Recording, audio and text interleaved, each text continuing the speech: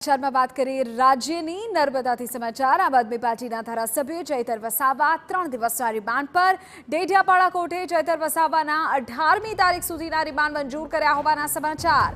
પોલીસે ચૈતર વસાવાના 14 દિવસના રિમાન્ડની માંગણી કરી હતી। 3 દિવસના રિમાન્ડ મંજૂર થયા। ચૈતર વસાવા સામે નોંધાયેલા કેસમાં 3 દિવસ દરમિયાન તેની પૂછપરછ કરવામાં આવશે। 1 મહિનાથી ચૈતર વસાવા ક્યાં હતા, કોણે તેમની સહાયતા કરી હતી, સંપૂર્ણ મામલો શું હતો, તેમની ભૂમિકા શું હતી, એ તમામ મુદ્દે થશે તપાસ।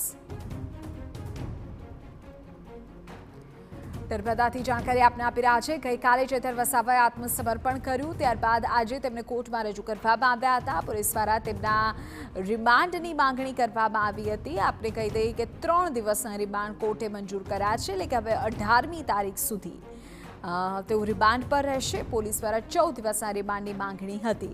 વિશાલ પાઠક અમારા સંવાદદાતા વધુ જાણકારી આપી રહ્યા છે। વિશાલ, પૂરી વિગત। જી, જે ચૈતર વસાવા છે એને આજે 11 વાગે ડેડિયાપાડા કોર્ટમાં હાજર કરવામાં આવ્યા હતા અને જે સરકારી વકીલ છે અને એમના જે ચૈતર વસાવાના જે વકીલ છે ગોપાલ ઇટાલિયા એ બંને જે દલીલ કરી હતી તેના સંદર્ભે અત્યારે જો વાત કરીએ તો પોલીસે 14 દિવસના રિમાન્ડની માંગણી કરી હતી। તેની સામે ગોપાલ ઇટાલિયાની જે દલીલો હતી કે એમણે કોઈ ગુનો જ નથી કર્યો, તો શું કામ એમને 14 દિવસના રિમાન્ડ આપવા જોઈએ, એ દલીલોને લઈને અત્યારે ચૈતર વસાવાને 3 દિવસના એટલે કે 18 તારીખ બપોર 12 વાગ્યા સુધીના રિમાન્ડ આપવામાં આવ્યા છે અને ત્યારબાદ ફરીથી એમને ડેડિયાપાડા કોર્ટમાં રજૂ કરવામાં આવશે। હાલની જો વાત કરીએ તો હાલ ચૈતર વસાવાને અહીંયા ડેડિયાપાડા કોર્ટથી રાજપીપળા ખાતે લઈ જવામાં આવી રહ્યા છે।